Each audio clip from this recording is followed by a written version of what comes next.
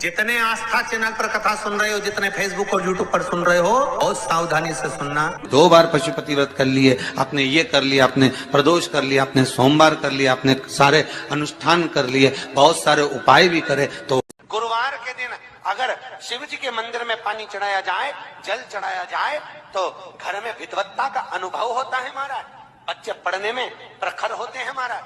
फिर निवेदन करूंगा, जितने कथा करवाए हैं, जितने कथा सुन रहे हैं और जितने पुण्य स्मरण दान स्मरण आदि कर रहे हैं, आपको लगे कि आपका बेटा सरकारी नौकरी की तैयारी कर रहा है, गवर्नमेंट नौकरी की तैयारी कर रहा है, या जॉब की बहू तैयारी कर रही है, बेटी तैयारी कर रही है, वो खूब मेहनत करे, आपका बेटा भी मेहनत करे, बहू भी मेहनत करे, बेटी भी मेहनत करे, जो नौकरी की तैयारी कर रहे हैं, खूब मेहनत करो दिल से। छिन्नमस्ता माता का एक उपाय शिव पुराण में तो नहीं है, पर स्कंद पुराण में एक उपाय भी और लिखा हुआ है। जिस व्यक्ति को दमे की शिकायत हो, दमा जो चलता है, दमा श्वास जिस व्यक्ति को चलता हो, दमे की जिसको शिकायत हो, महाराज शास्त्र कहता है छिन्नमस्ता माता का नाम लेकर पीपल के पत्ते की 11 पत्ते की बंदरवल बना लें, और 11 पत्ते की बंदरवल बनाकर जो दमे का मरीज रहता है उसके जहां वो सोता है उसके कमरे में कहीं पर भी वो पत्ते की बंदरवाल बांध दे। बांधने के बाद में उस बंदरवाल को 7 दिन 8 दिन में वो बंदरवाल पूरी सूख जाती है। सूखने के बाद उस बंदरवाल के पत्ते को निकाल लीजिए, पीस लीजिए, पीस कर पानी में गला लीजिए, उसको छान लीजिए। छानने के बाद थोड़ा थोड़ा पानी, जिसको दमे की शिकायत होती है उसको 2-4 बूंद पानी दे दो और शरीर में मलना प्रारंभ कर दो। 8 से 10 दिन तक मलिए, दमे में आराम लग जाता है। हमारे छिन्न मस्तक माता का स्मरण मात्र कर लेने से, गला पकड़ जाए, छिन्न मस्तक माता का मात्र स्मरण कर लेने से जीव की आधी तकलीफें नष्ट हो जाती, दुख समाप्त। आपका बेटा भी मेहनत करे, बहू भी मेहनत करे, बेटी भी मेहनत करे, जो नौकरी की तैयारी कर रहे हैं, खूब मेहनत करो दिल से। पर घर का यदि एक व्यक्ति भी बेलपत्र के वृक्ष के नीचे सफाई कर देता है और एक शिवलिंग का निर्माण कर कर पूजन कर कर 5 बेलपत्र समर्पित कर कर बाबा से ये प्रार्थना कर लेता है कि उसका इंटरव्यू हो, उसको पास होना चाहिए, उसकी नौकरी लगना चाहिए।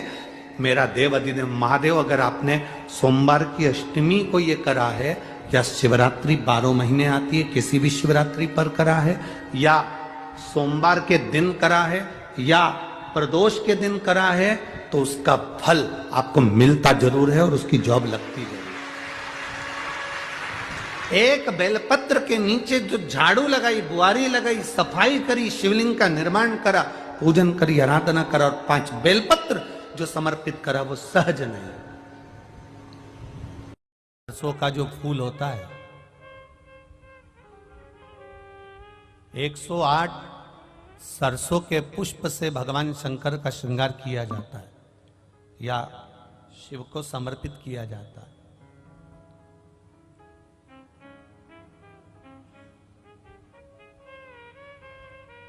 अगर डॉक्टर बोल भी देता है कि ऐसा लग रहा है कि कोई बड़ी बीमारी आने वाली है, शरीर में कोई ऐसा रोग आने वाला है कि ये बहुत बड़ा रहेगा, हम उनको हमेशा कहते आए हैं कि प्रयास करना कि बसंत पंचमी के दिन सरसों के फूल 108 शंकर भगवान को चढ़ जाएं, उसके बाद जांच करवाना प्रारंभ करो, बड़ी बीमारी नहीं आएगी, बाबा उसको टाल ही देगा। उसका नाम महामृत्युंजय है, उसका नाम ही महामृत्युंजय। और हमने पहले भी बैतूल की कथा में कहा था कि सरसों का जो पुष्प होता है, कोई आप कार्य करने के लिए जा रहे हो, कोई ठेकेदारी करने के लिए जा रहे हो, उसमें भी सरसों का पुष्प देवाधिदेव महादेव के लिए बहुत प्रबल होता है, बहुत प्रबल।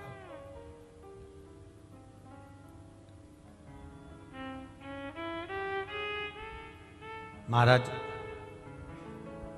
एक साथ 4 चालीसा का पाठ नहीं होना चाहिए।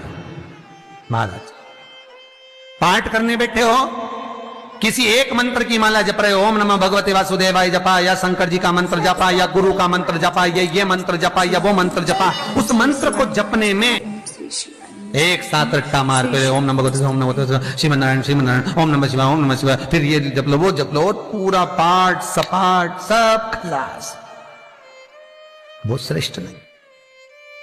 कुछ देरी के कोई वस्तु, कोई भोजन आप बनाकर लेकर गए हो, कोई पकवान आप बनाकर लेकर गए हो, कोई फल लेकर गए हो, यदि शिवलिंग पर वो पकवान, वो मिठाई, वो फल टच हो गया तो वो खाने के योग्य नहीं रहता।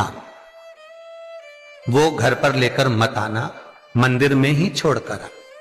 यदि भोजन, पकवान, मिठाई, शिवलिंग यहां पर है और भोजन का भोग तुमने इतनी दूर से लगाया है, फल इतनी दूर रखा है, वो शिवलिंग पर टच नहीं करा गया है, तो उस प्रसाद को, उस फल को आप पा सकते हो, उसको खा सकते हो। पर जो शिवलिंग पर टच हो गया, फिर वो केवल नंदी, श्रृंगी, भृंगी, प्रेतों का, भूतों का, आहूतों का भाग होता है।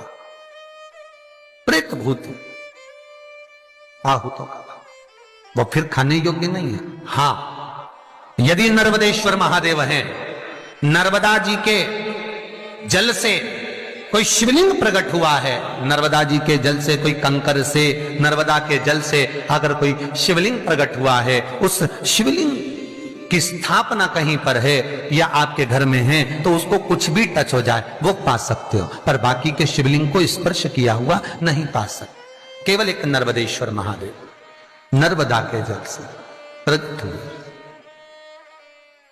कई लोग पूछते हैं ये सांप है कौन, ये सर्प है कौन, तो उसको बताओ, ये भगवान शंकर के गले में जो एक सांप पड़ा हुआ है, ये भगवान विष्णु हैं। और शंकर भगवान के सिर पर जो जटा में सांप दिखता है, वो हाथ में सांप बंधे रहते हैं, वो दो हाथों में, कमर पर, सिर पर, केशों पर जो सांप 5 नजर आते हैं, वो तो बताओ, ये शंकर भगवान की 5 लड़कियां हैं, जया, विषहरा, शामली बारी, दो तली और देव। ये 5 लड़कियां भगवान शंकर के इर्द गिर्द घूमती हैं, आसपास भ्रमण करती हैं। सभी ये शिव की बेटियां भगवान शंकर के साथ भ्रमण करती हैं। 5 जया, विषहरा, शामली बारी, दो तली और देव, ये जो 5 पुत्रियां थी शंकर भगवान की, ये वासुकी को दी गई थी महाराज, क्योंकि ये सर्प की योनि में थी, इसलिए ये वासुकी नाग को प्रदान करी गई थी। वासुकी नाग कौन सा? जिसने मंथन कराया। वासुकी नाग कौन सा? जिसके फण पर पूर्ण पृथ्वी विराजमान है। वासुकी नाग कौन सा? जो निरंतर देवताओं के हित के लिए कार्य कर। श्री शिवाय नमस्तुभ्यम, सब बोलिए एक बार जमकर, श्री शिवाय नमस्तुभ्यम। प्रैक्टिकल जरूर करना, कहीं सियोर वाला महाराज झूठ तो नहीं बोल रहा। शास्त्रों की बातें हमारे जीवन में हमें सुख प्रदान करे, इसलिए इस भाव का आनंद करते हुए आज की कथा को विराम देते हैं। श्री शिवाय नमस्तुभ्यम। मेरे चैनल को सब्सक्राइब करें, बेल आइकन प्रेस करें, जिससे कि आपको लेटेस्ट वीडियो की नोटिफिकेशन मिल जाएगी।